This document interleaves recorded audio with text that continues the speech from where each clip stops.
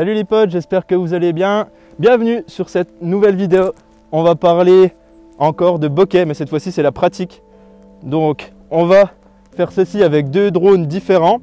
Donc le Phantom 4 Pro et l'Inspire 2. Donc voilà, pour ceux qui me regardent, qui sont plus dans le domaine professionnel, mais vous inquiétez pas, les pilotes de loisirs, j'ai quelques petites choses pour vous. On va prendre le Phantom 4 Pro avec nous. Tout simplement, on va équiper uniquement des filtres ND polarisants dessus, donc 4, 8 ou 16. On a aussi l'Inspire 2 de chez DJI, donc ça c'est pour vraiment les professionnels, hein, comme je disais. Et pareil, on va équiper des filtres ND. Restez bien jusqu'à la fin pour avoir le drone time. Donc le drone time, je réexplique brièvement c'est quoi. C'est vraiment une astuce par vidéo que je vous donne vraiment à la fin. Et vous verrez, il y a des choses vraiment hyper cool à savoir. Je vous dis à tout de suite les amis pour le test.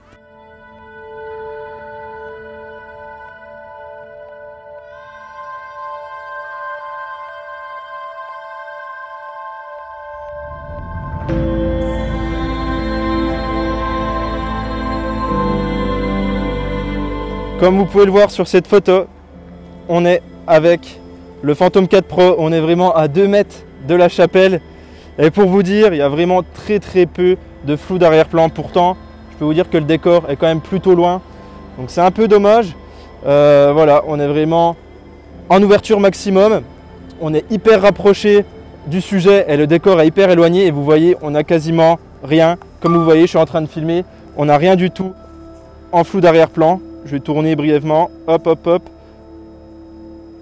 Vous voyez, c'est quand même pas fameux.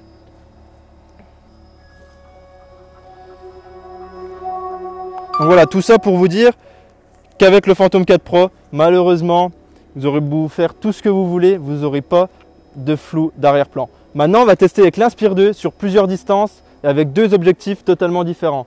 Donc le 17 mm et le 45 mm. Donc en équivalent plein format, vous avez un 35 et un 90. Donc vous avez bien vu avec le Phantom 4, c'est pas très concluant. On teste avec l'Inspire 2 et le 17 mm. On a enlevé le filtre ND au final parce que il n'y a pas assez de soleil tout simplement. Donc c'est parti, on décolle.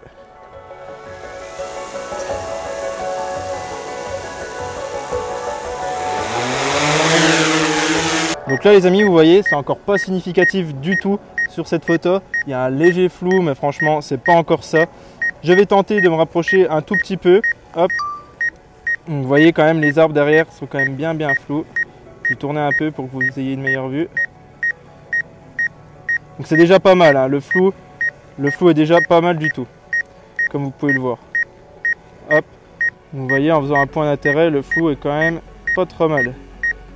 Donc vous voyez les amis, sur cette photo, on est à plus de 10 mètres, c'est vraiment pas significatif du tout. Maintenant on va changer avec le 45 mm et enfin on va pouvoir se faire plaisir.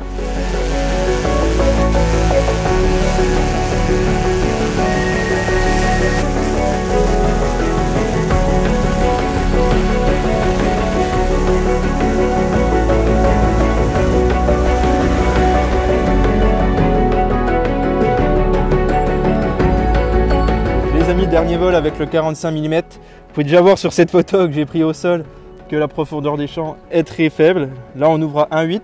On va tester tout de suite sur la chapelle, à 5 mètres de la chapelle, à 10 mètres et à 20 mètres pour voir ce que ça donne. Et après je vous mettrai quelques petits plans stylés. A tout de suite.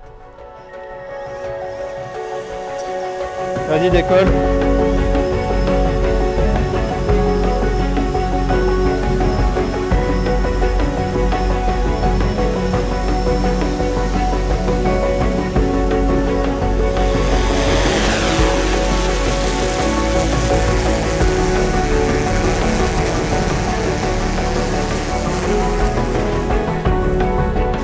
Donc là les potes, il y a un peu de monde autour de la chapelle, donc on va être obligé de faire ça avec un autre drone. Donc on va mettre le Phantom 4 en sujet tout simplement. Et on essaiera d'avoir du flou derrière dans le paysage. On va pas t'entendre Nico, mais c'est pas grave. C'est pas grave. Oh si, je suis pas trop loin du micro, ça devrait le faire. Donc ouais, on va essayer d'avoir le drone, le Phantom 4 en sujet et d'avoir un flou d'arrière-plan énormissime.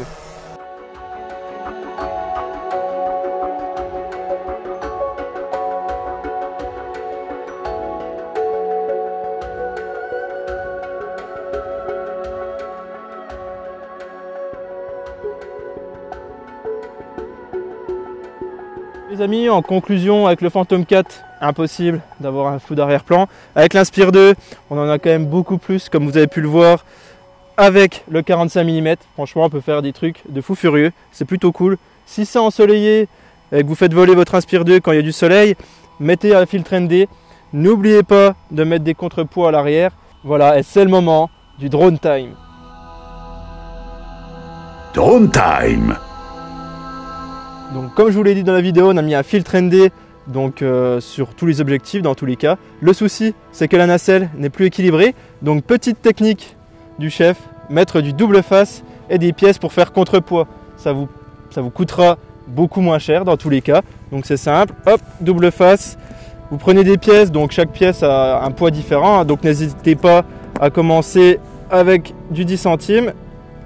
Hop, vous voyez, 10 centimes, elle est parfaitement équilibrée. Donc voilà, avec l'objectif 45 mm, c'est le même concept, sauf qu'on va plus partir sur une pièce à 50 centimes par exemple. Donc voilà pour ce qui est du drone time. Bien évidemment, essayez de ne pas avoir beaucoup de bagues d'adaptation parce que ça va rajouter du poids. Et essayez d'avoir des filtres ND quand même assez légers et de taille assez réduite.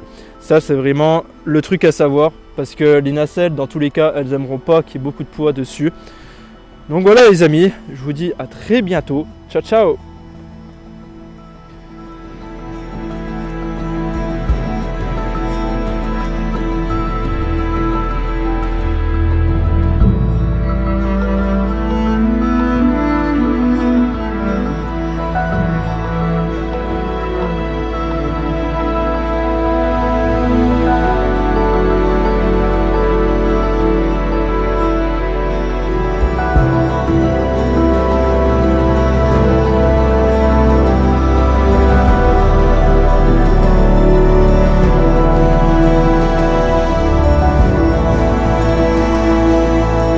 Si cette vidéo vous a plu, profitez-en pour y laisser un pouce bleu, un commentaire et surtout la petite cloche pour être averti à chaque sortie de vidéo.